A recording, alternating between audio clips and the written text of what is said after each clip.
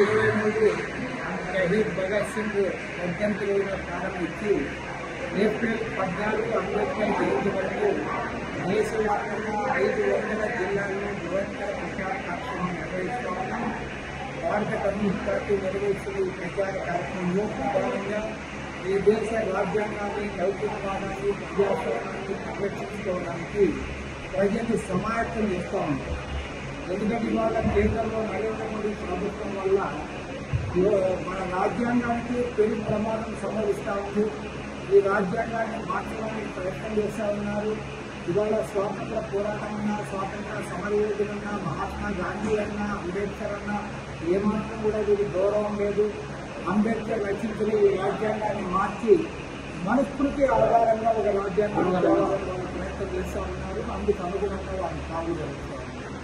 రెండవది ఏమంటే ఇవాళ తమ అధికారాన్ని సుస్థిరం చేసుకోవడానికి డీలిమిటేషన్ పేరుతో ఉత్తరాది రాష్ట్రాలలో పార్లమెంట్ సీట్లు పెంచుకోవడానికి కూడా వాళ్ళు ప్రయత్నం చేస్తారు. జనాభా ప్రాతిపదిక పైన డీలిమిటేషన్ చేస్తే మనము కుటుంబ నియంత్రణ మన రాష్ట్రంలో మన రాష్ట్రాల్లో, దక్షిణాది రాష్ట్రాల్లో అమలు చేశాము కాబట్టి ఇక్కడ జనాభా నియంత్రణలో ఉంది. ఉత్తరాది రాష్ట్రాల్లో జనాభా విపరీతంగా పెరిగిపోయింది. వాళ్ళు ప్రభుత్వ స్కీము కుటుంబ నియంత్రణ ఏమాత్రం కూడా ఖాతా చేయలేదు, అమలు చేయలేదు. కాబట్టి ఏమంటే ఇప్పుడు ఆటోమేటిక్గా ఉత్తరప్రదేశ్, బీహార్, రాజస్థాన్, మధ్యప్రదేశ్ రాష్ట్రాల్లో, హిందీ రాష్ట్రాల్లో సీట్లు పెరుగుతాయి. దక్షిణాది రాష్ట్రాల్లో సీట్లు తగ్గే అవకాశం ఉంది. దీనిపైన ఇటీవలనే మేము మొన్ననే చెన్నైలో తమిళనాడు ముఖ్యమంత్రి స్టాలిన్ గారి ఆధ్వర్యంలో ఆల్ పార్టీ మీటింగ్ కూడా జరిగింది. దురదృష్టం ఏమంటే మన ఆంధ్ర రాష్ట్రంలో ఉన్న ప్రధాన పార్టీల నాయకులు ఎవరు కూడా హాజరుతారు. ఈ చంద్రబాబు నాయుడు గారు, తెలుగుదేశం ఉప ముఖ్యమంత్రి పవన్ కళ్యాణ్ గారు, ప్రతిపక్ష నేత జగన్మోహన్ రెడ్డి గారు ఎవరు కూడా హాజరు కాదు. చాలా బాధాకరం. ఎందుకంటే ఇవాళ సౌత్ ఇండియాలో అన్ని రాష్ట్రాలు కూడా కదులుతూ ఉన్నాయి, కేంద్రాన్ని ప్రశ్నిస్తూ ఉన్నాయి. ఒక్క మాట కూడా మాట్లాడి భయభక్తులు కలిగిన వారికి తెలుగు పడ్డలందరూ ఆంధ్ర రాష్ట్రంలో ఉన్నారు. మీరెవరు మాట్లాడరు. కొన్ని దీనివల్ల రాష్ట్రానికి మేనాన్ని అని చెప్పండి. పవన్ కళ్యాణ్ అటు ఇటు ఏమాత్రం తెలుసుకోకుండా మాట్లాడతాడు. ఆయన గతంలో సనాతనవాదం అని మాట్లాడినాడు. ఇప్పుడేమో నాకు తెలిసినంత వరకు తగ్గవు అంటారు. ఎందుకు తగ్గవయ్యా? జనాభా ప్రాతిపదికపైన సీట్లు కేటాయిస్తే ఆటోమేటిక్గా సీట్లు మనకి రావు. ఉత్తరాది రాష్ట్రాల్లో సీట్లు పెరిగిపోతాయి. ఇది మామూలు చిన్న పిల్లవానికి కూడా తెలుసు.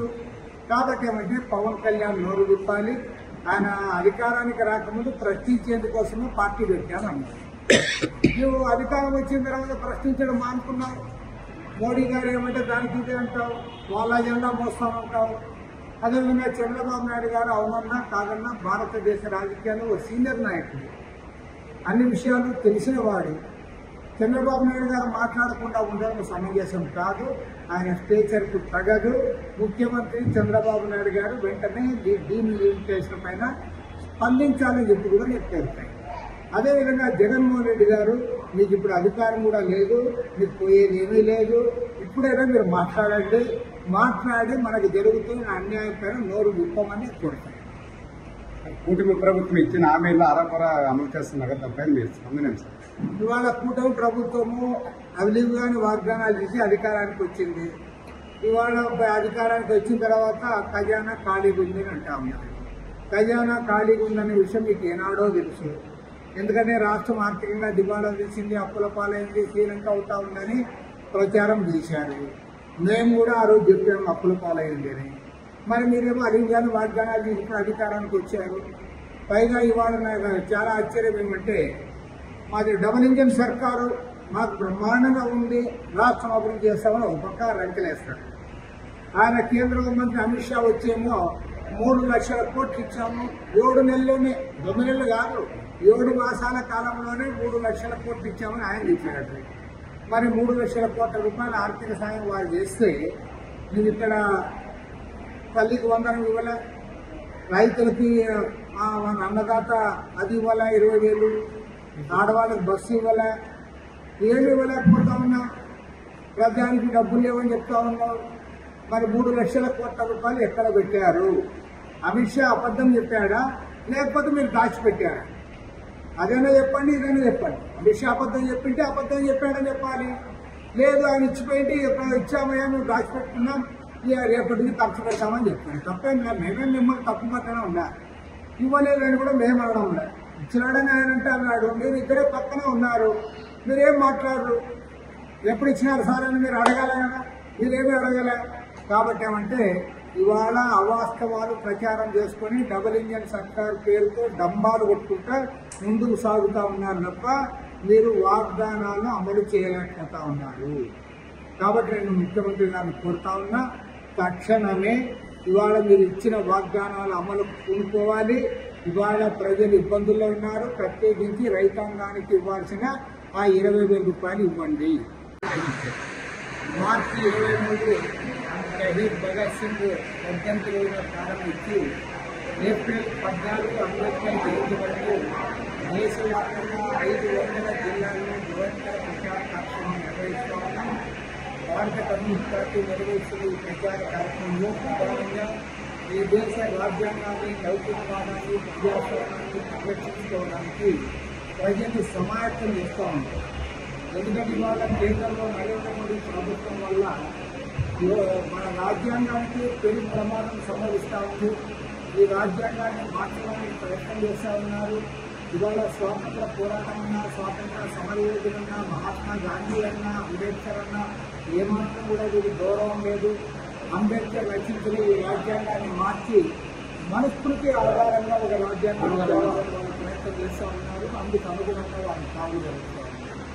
రెండవది ఏమంటే ఇవాళ తమ అధికారాన్ని సుస్థిరం చేసుకోవడానికి డీలిమిటేషన్ పేరుతో ఉత్తరాది రాష్ట్రాలలో పార్లమెంట్ సీట్లు పెంచుకోవడానికి కూడా వాళ్ళు ప్రయత్నం చేస్తారు.